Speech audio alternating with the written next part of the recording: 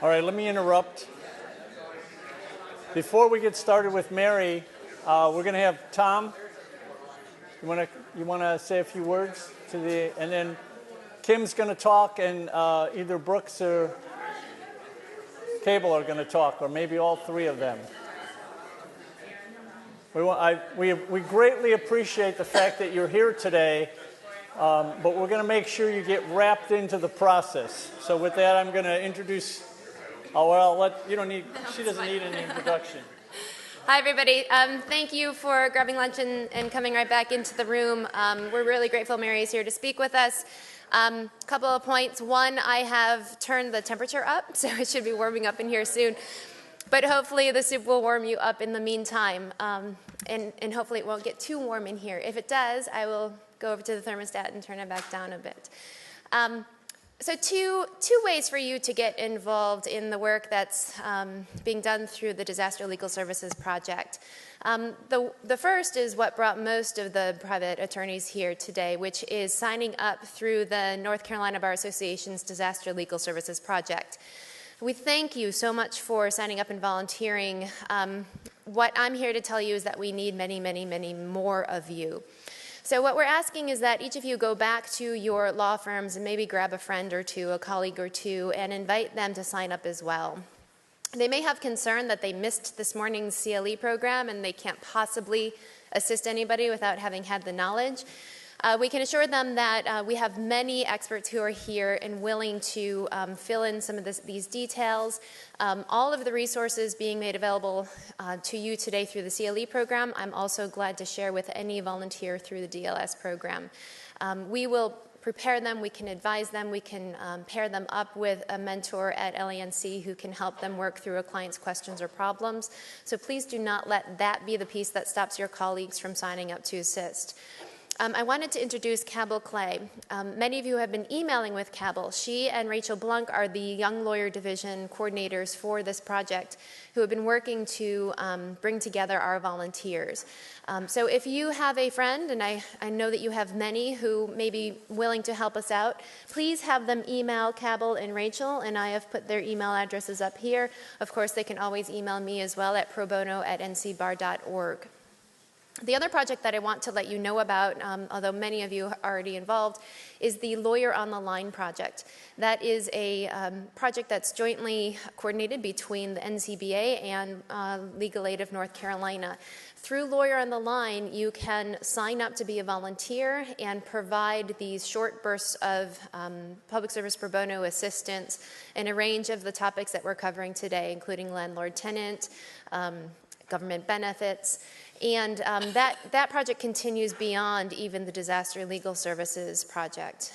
What we ask is that volunteers through Lawyer on the Line commit between 1 to 4 hours per client issue that you're working on. And that is at your availability. So the program actually screens those clients and summarizes the client's question or need and sends that question to you, the attorney. So you know what you're getting into before you make your commitment. We just ask that you get back to the program within about 24 to 48 hours to let us know whether or not you're going to take that client's case or issue. If you cannot, that's perfectly fine. Just reply back and say, I can't handle this one right now, and we'll put you back into the rotation. But if you can provide that assistance, we ask that you get back to the client within 48 hours and begin that conversation. We ask that you take that question as far as that you can in providing the legal advice and assistance. And if it needs to be litigated, for example, you are encouraged to refer that back to legal aid so that a legal aid attorney can pick it up from there. You do a great service to legal aid attorneys by taking the cases so far so that they can pick it up where you've left it off and carry it through.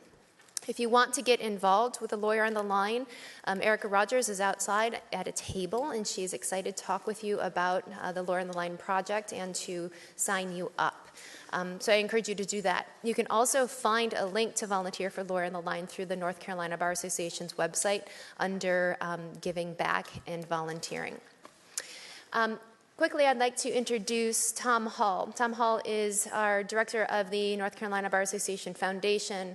As you may know, the North Carolina Bar Association Foundation's endowment is the supporter of this program today through a grant through an endowment grant, we are paying for the lunch you're eating today, as well as paying for the MCLE credits that we will be sending on your behalf to the state bar. Tom? Thank you all so much for being here today. As Kim said, I coordinate our foundation endowment activities, and thank you again for responding and being a volunteer. I'm not here to ask you for money today, so if you know me, you're probably shocked by that. But we're here to thank you for your volunteer efforts, and then also just to share with you a little bit of information about our foundation endowment. There's some cards that are being passed back and forth. I'll put a few more over on this side. As a North Carolina lawyer and hopefully a member of the Bar Association, you can be very proud of our foundation endowment. This card gives you information about our foundation's endowment. As I think most of you know, endowments help fund projects for organizations, and we're pleased that we do have about a $10 million endowment here within North Carolina. We're one of the largest foundation endowments, or bar foundation endowments in the country. Certainly $10 million isn't a huge amount compared to places like Duke or UNC or maybe Z. Smith Reynolds, but in the Bar Foundation world, we're doing pretty good.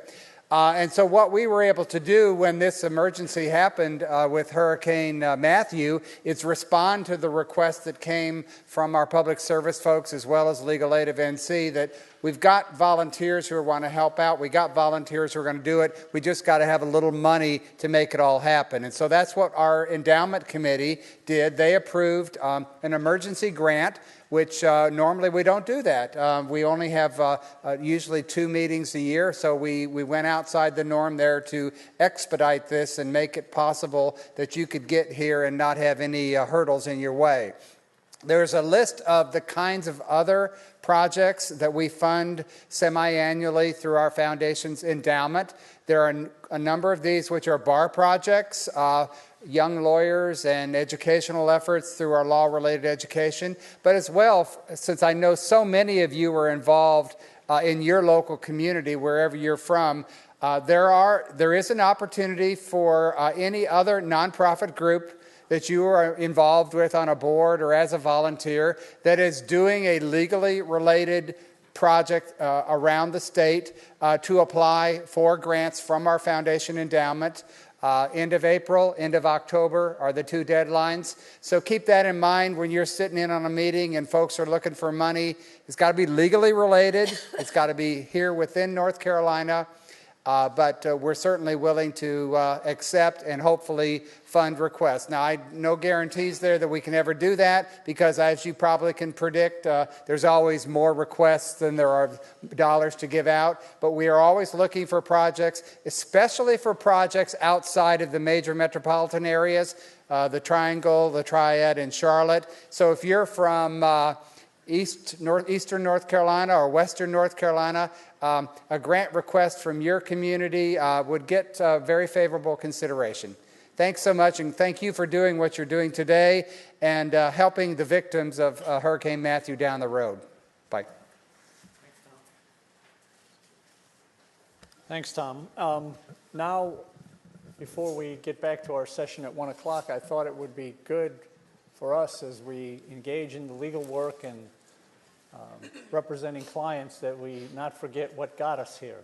So as I mentioned before, we're the second or third or maybe even fourth responders to this disaster. We'll be here for the long term, but there were first responders who did an amazing job. There were thousands of people in shelters. There were volunteers to organize. There were food and feedings to organize. Sheltering all those people was an incredible task. And so we have someone here. We have Mary Donny, who's the Regional Disaster Officer. Is that how you Regional Disaster Officer from the American Red Cross. She's here on leave from her deployment. She's been deployed throughout this. She actually lives in Cary. I think this is her first time home in 2 months, something like that. She's actually deployed in Goldsboro right now. I think we still she can tell you about how many people we sheltered. But we still have people out there, and Mary's going to give you a sense of what went on, what the American Red Cross did, and how they battled the the disaster as it occurred. So Mary? Thank you. All right, so as always, I put the slides together at the very last minute. I apologize. But I'm going to start off with a video because floods are really hard. They're weird disasters because you can go into a community kind of right before muck out really starts, and you sometimes can't tell that the flood has been there. And you can drive by now and not realize that we still have over 2,000 people in hotels that through the transitional shelter program that FEMA runs. Right now in North Carolina, we have over 2,000 folks still in hotels, and they will have to leave those hotels on January 9th. So what does that mean? There's no housing stock, right? If you had any extra housing stock in eastern North Carolina, which we don't, where do they go? What's going to happen on January 9th?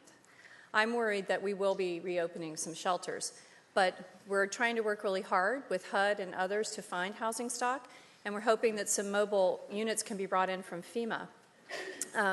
Yes, they've been redesigned since Katrina, just going to say that right now, okay? But right now, they are out of production, or they're behind in production because all those units were used in Louisiana. How many of you are aware of the flooding that happened in Louisiana over the summer? Everybody? So in the last year and a half, I just want to say that the American Red Cross has sheltered more people in the last year and a half than we have in the 4 preceding years total. I don't know what's happening out there, and I'm not going to get into a whole global warming debate, but I can tell you that something has changed.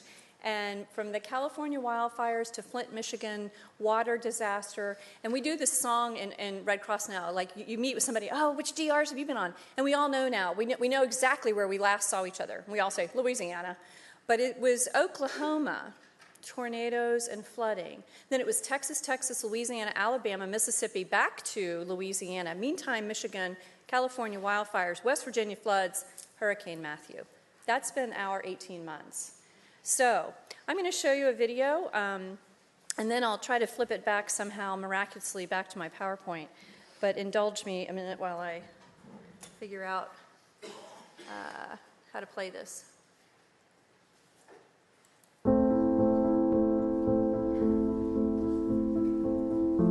One night, everything was fine. It was just a little bit of water. The next morning, water waist high. It got to the second story, so my home was underwater. It was nothing left there for me to get. My home was gone. Well, in my house, the water came in about 4 o'clock in the morning. Then I saw Mag. I said, can you please send some help? I said, I got twin boys that are babies, and I got a little girl. I said, I need some help. I didn't know him before all this. It's a lot of people that didn't know each other that became family through this. Yeah. I was just there to help anybody that needed help. If we didn't walk through that water, we would have probably been dead. Everything in my house is gone, everything. Everything is molded, mildewed. And my daughter's happy birthday sign is still up there. TVs and games and furniture I can get back, but pictures of my grandmom I cannot get back. People lost their homes, everything that they had, that they worked so hard for, is just gone. And I just tell people, Matthew ain't just come and go. Matthew is always going to be in Lumberton, North Carolina. My daughter asked me one day, Mommy, when are we going back home? I said, I don't know right now. She said, Mommy, when am I going back to school? I said, I don't know right now.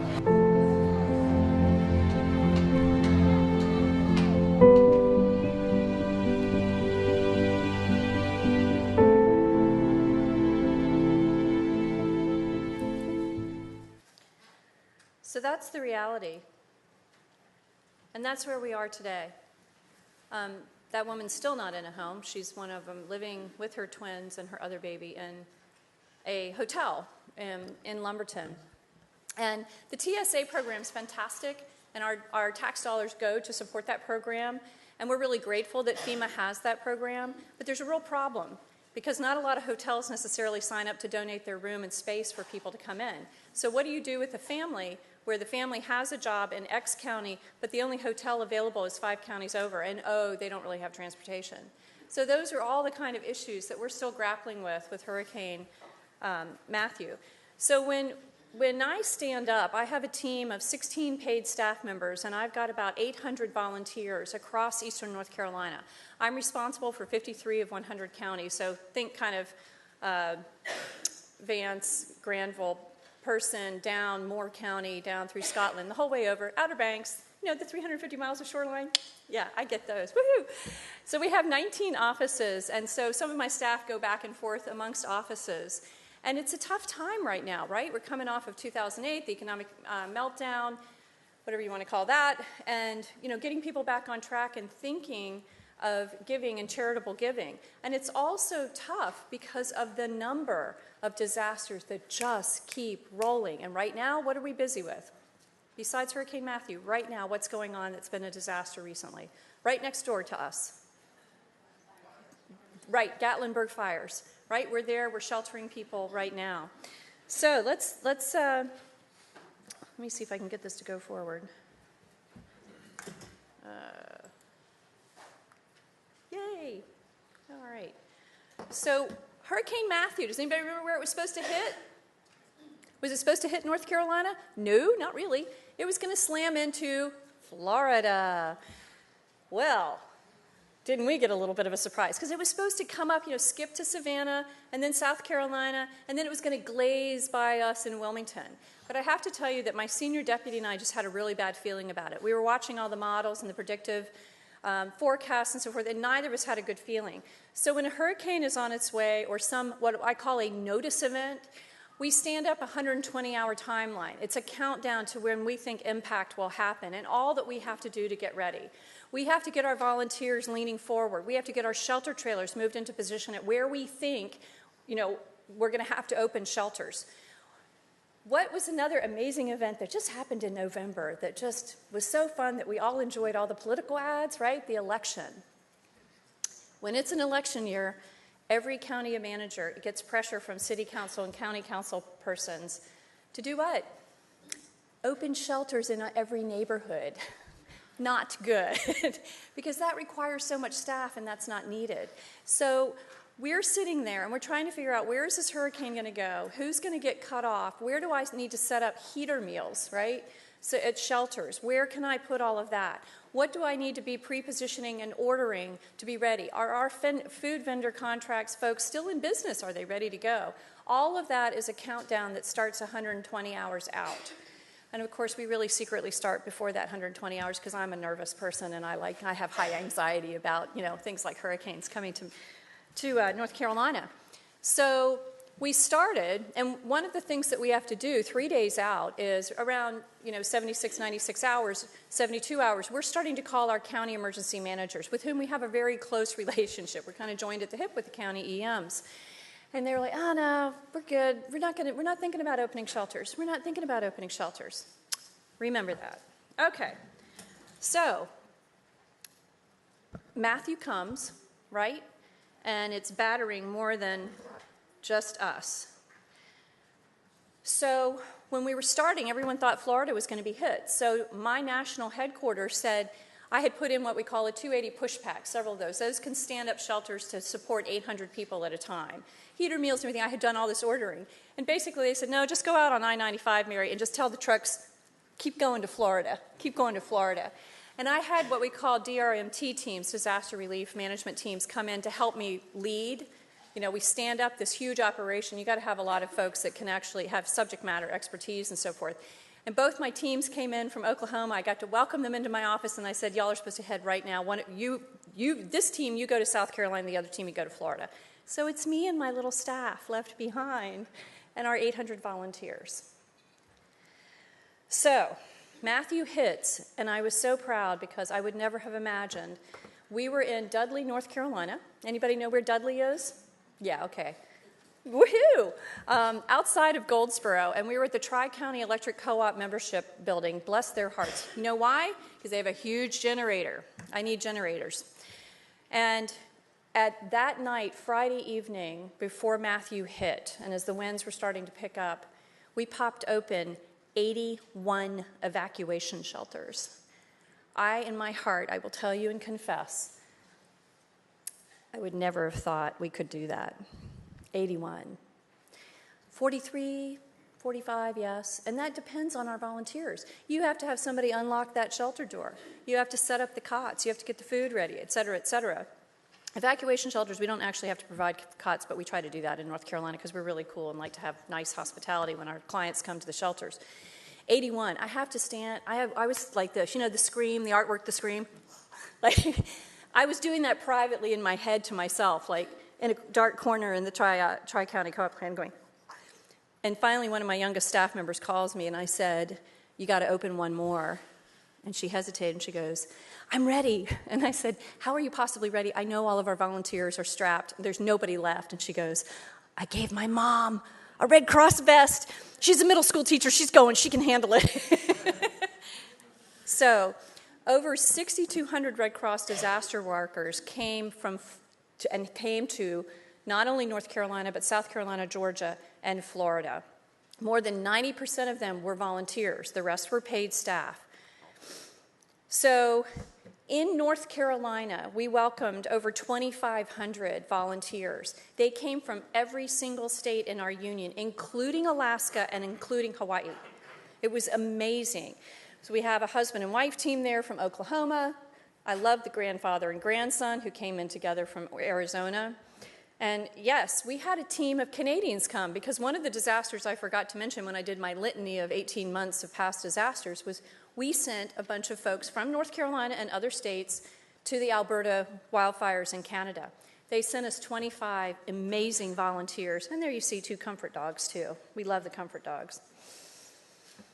3/4 of our national emergency response vehicles, have you seen our big box trucks that say American Red Cross driving down the highway?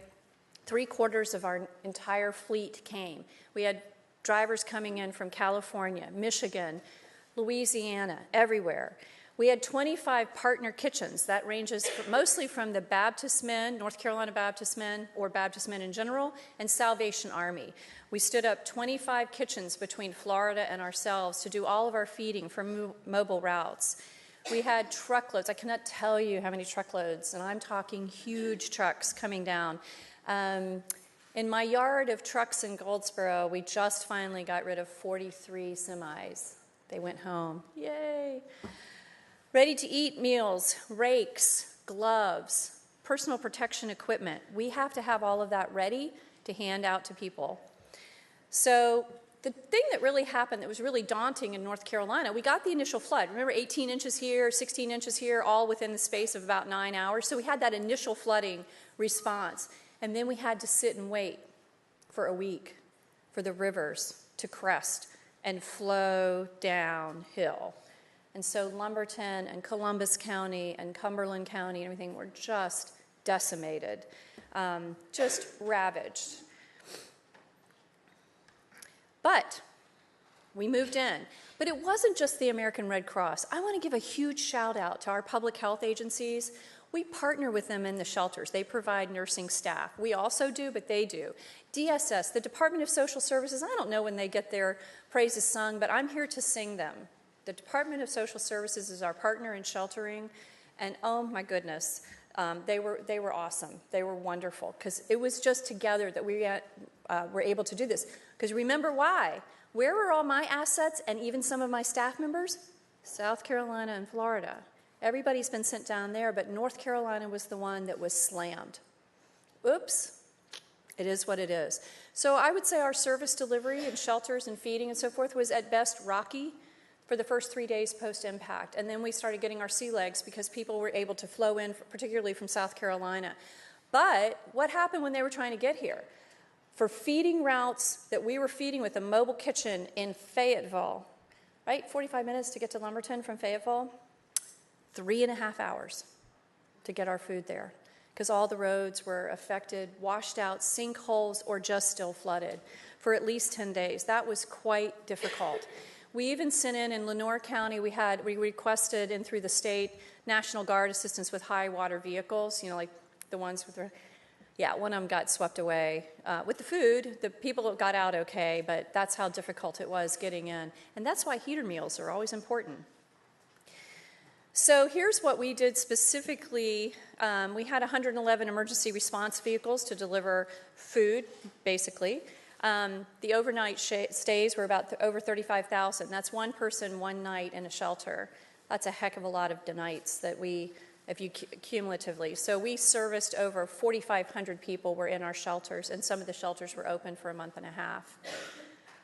We distributed the cleanup kits. That's the mop, the bleach, everything in a cool can. It's really funny, sometimes right after we distribute them, we see them pop up on eBay. But anyway, and then the comfort kits, which are like toothbrushes and combs, everything. Because remember, people have lost everything. Remember that video. They don't have anything. They're in a shelter. They literally have nothing. And then we served a heck of a lot of meals and snacks, well over 800,000 meals and snacks. And that was with our partners, the Baptist Men and Salvation Army. So in North Carolina, we do something really cool. We stand up these kitchens, and they're owned by the Baptist Men. And then together, we write the check. Baptist Men cash in the check, purchase the food, they cook the food, and then Salvation Army and American Red Cross set up hub and routes. So we bring our trucks to the kitchen hub, and then we go out on routes to feed people. Because remember, people are immediately trying to muck out, right? So I went out one day on one of the mobile route feeding routes, and that's really hard, because you're meeting people at their time of greatest challenge and difficulty. But it gives us we also send out teams of mental health and spiritual care volunteers. And the gentleman came up to me, and he was mid-30s, and he had 2 small children and his wife, and they just had all their stuff pulled out there, and he was just dripping sweat and pulling out drywall. And he said, "This food is so important." And I said, "Really?" And he said, "Yes." He said, "My company was affected, so we're not going to," he goes, both my husband or wife and I work, but, kind of paycheck to paycheck. We don't have any savings.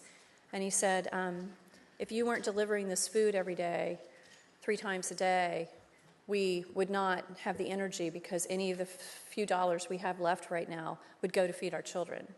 So kind of we were the difference. Salvation Army, Baptist Men, and American Red Cross, we were the difference between people having that energy and ability to carry on. So that they didn't want to make sure, they would want to feed their kids. So when we stand up something like this, I have to look at my region and look at past history and think, okay, I'm going to set up our national headquarters here, because I knew this was going to be what we call like a level 6, where millions of dollars are going to be spent. And I look at the rivers, and I look at past history, and then I set up, where I think what we call districts. We stood up 3. Boy, did I make a mistake on that one. Like, wrong. I never dreamt that Wayne County, where Goldsboro is, would be so affected. It had never really been affected in the past. This was a 1,000th year flooding event for Goldsboro. We had to evacuate 3 times from the Tri-County Electric Co-op, and we ended up in a Parks and Rec building in Goldsboro, and were there for up until last week, in fact. So who knew, right? So I divide things in a geographic way that cuts across our normal chapters. And we set up 3 districts, District 1, 2, and 3. And they sort of the Wilmington up to Wayne County area, then the Northeast, and then Sandhills. And we do that because we're worried about service delivery. If they get cut off and how they get cut off, how can we still deliver service to people who might be in shelters, but they might be cut off? So we set up 3 districts. We had 1 disaster relief operation, and that means we had about 250 people coming and going out of what we call the DRO headquarters in Goldsboro. And I was so proud, because the evening of October 7th, as Hurricane Matthew was coming in, we mobilized 300 volunteers. Now remember, people have helping their elderly parents, or they're out on vacation or whatever, and in a total of 600 of our volunteers stood up during the effort at some point. When we deploy people, it's for 14 days minimum. You get 1 day off. We will fly you to wherever the disaster is, and you will work a 12-hour shift. So basically, up until about 10 days ago, I've been working 12-hour shifts with a lot of fantastic volunteers from eastern North Carolina, and I'm proud of them. We recruited over 1,000 event-based volunteers, and I would consider you, if you were coming into the Red Cross, you would be what we call an event-based volunteer. You were motivated by Hurricane Matthew to come in and say, "I'm here, I want to help." We had a softball, baseball team come in and run a shelter for us from Kansas, and that's a picture of them. They were a fun team. So we set up 13 feeding kitchens. We did not, however, set up my favorite kitchen, which the Baptist men own, and I just love the name of this because when you hear it on a radio, I feel like God is speaking because the name of it, if you fly over this gigantic kitchen that takes up an entire football field, it can serve 150,000 meals a day. It's called Manna One. And I just love hearing that on the radio. Manna One is in operation. And it's just like, you know, the heavens have opened up and are speaking to us. But you can see here the Baptist men with one of their kitchens that was serving, I think, 25,000 meals a day, and that's in the top left-hand corner. And you can see some of the food. We had donation warehouses. We had 7 warehouses, and we just cleared the final warehouse. It was the largest tobacco warehouse in North Carolina, in Goldsboro, and they offered it to us for free. Bless their wonderful hearts. And you can just see how much stuff we had in there, and that was replicated in 7 warehouses across eastern North Carolina. We have to move a lot of product to support thousands and thousands of people. I want to give a shout out to the Air Force Base, Seymour Johnson. They invited us for Thanksgiving, and these are volunteers and a few paid staff who have stayed here through Thanksgiving to help us continue on our relief operations. So that was the gang at Seymour Johnson. Communications is huge for American Red Cross because we're the ones to give warnings and to give advice and so forth. So we had a team of 13 Red Crossers, including the Canadians, and we had about 1,200 stories written. But this is also hugely important because we need to raise money. We do not get federal assistance. I want to repeat that. A lot of people think that we get federal assistance. We do not. We rely 100% on your donations. So money's important. And people will say, can I give you clothing? And I want to say, no, we don't want your clothing. We love you. There are other groups that need clothing. We need your dollars so that we can buy the food, the cots and the blankets, the rakes and the shovels. That's what we need to be able to purchase, and that's what we really need. But I don't say that publicly very often, as you can imagine, because people they're hurt. You know, they want to give something, and we appreciate that. And thus, the reason for the bottom left-hand photo, which is where people bring their stuff. But it costs us a lot of money to process that. We don't have volunteers to do it, and it costs us money for having warehouses and so forth. So we really, really, really want to focus on the water, rake, shovels, and that kind of thing. And that's why we always ask for money. People sometimes don't understand that. So what are we doing now? We have not stopped. We are still going. I'm still going. I am on SITREP number 67, my situation reports every day. We're reporting all of our statistical and financial information, which takes about 2 hours every day. And we're into long-term recovery. So I think there's about 27 committees set up across eastern North Carolina for long-term recovery, where the communities have come together in the counties to talk about case by case, what can we do, what about this family, how are we going to help here and there, and housing is going to become the #1 conversation, I can guarantee you, in the month of January when those 2,000 people have to vacate the hotels. So we're there, we're present. We do things like case management, obviously. We opened cases for everybody that were in the shelters, and that's similar to what you're doing. So our job was at the shelters and elsewhere in our communications out to the media and so forth has been to say, here, if you have a legal issue, like your landlord won't give you your security deposit back, even though your house was destroyed, et cetera, or your apartment was destroyed, whatever, we've been referring them to the legal line so that's what you guys, where you step in and help. So I want to thank you. It takes a burden off of us. We're not lawyers. And we appreciate the partnership in the community of what you're going to be doing or what you have been doing to support all the folks who run into a lot of difficulties, particularly with landlords. We appreciate your help. It's vital. It's a vital part of what needs to be done for long-term recovery. So thank you for doing that. So we do get a lot of donors, and I just had to shout out this Candace dressed up as Clara Barton, and she's from Hillsborough, and she is incredibly shy, and she stood up in front of the entire Durham Academy School, apparently, and asked for cleaning supplies, and her father and she came down to our headquarters and delivered a whole shelter trailer of bleach and so forth that we got out to the community, so I thought that was really cool. So we get every donation counts, from a bake sale, birthday parties, to larger corporate donations. However, the relief costs, not just for Matthew in North Carolina, but the whole way down to Florida. It's running somewhere between 21 and 25 million. And as of November 8th, I couldn't get this updated this morning. I apologize. We're probably up to about 15 million now. There's a gap. There's a gap. So I want to do a pop quiz now. Somebody tell me something that they know that the American Red Cross does 365 days a year, 24/7, besides responding to big disasters. Is there something you can think of that you know that we do as an organization? It's okay if... What? Blood drives. Yes, so sorry if you're on like the robocalls. Yes, we do blood drives. We really need more blood right now because Florida, Georgia, South Carolina, and North Carolina lost hundreds of blood drive opportunities during this time. And it helps us with funding. So and it's a severe need. We provide about 45% of all blood for the hospitals of the nation. We're in dire need right now. So if you're getting those robocalls, I hope that you'll stand up and give extra time or get your friends and family to give blood. What else do we do 24/7? Anybody know? Anything to do with fires? This is the least told story of what we do. Every day in eastern North Carolina, I spend $7,000 of my budget. $7,000. I have a $2 million budget just for this response alone. We respond to every single residential fire 24/7, 365 days a year with volunteers. We will put you in a hotel. We will make the phone calls that you need. We will provide emotional assistance and mental health. And you're probably all sitting there going, I wouldn't need American Red Cross, right?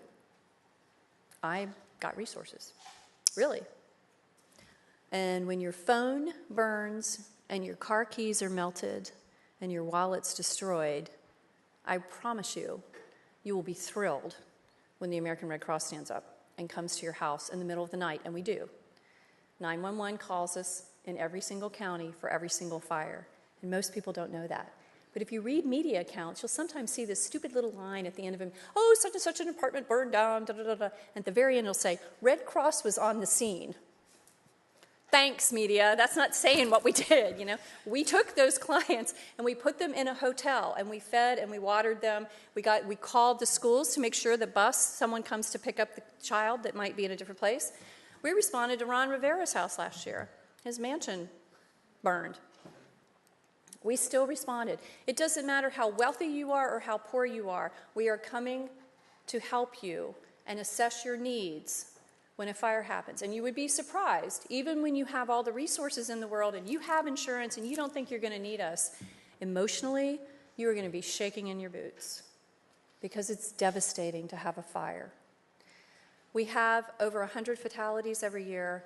We live and breathe on a daily basis, unfortunately, at the UNC Burn Center. We connect with the families there. We continue to provide emotional and financial support. And if, unfortunately, a fatality happens, we help with funeral assistance costs. So that's something that we do. And the last thing I'm going to just mention to you that we do that you may not know, 365 days a year, 24/7.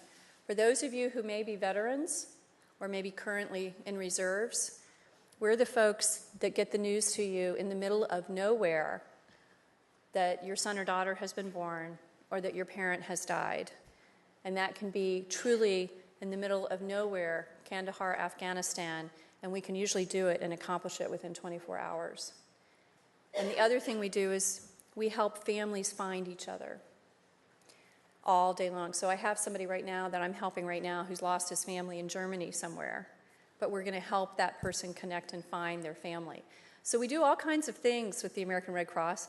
If I do say so myself, I think we're a really cool organization.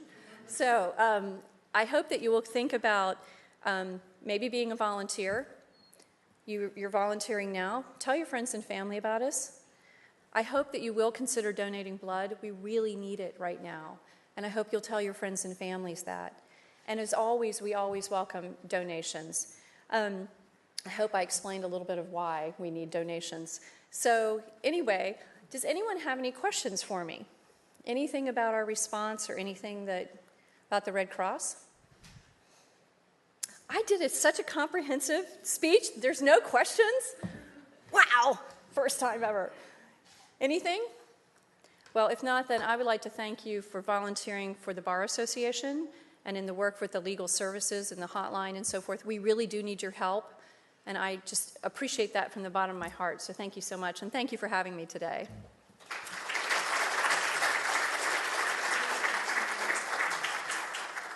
Thank you, Mary. That was great. Thank you very much.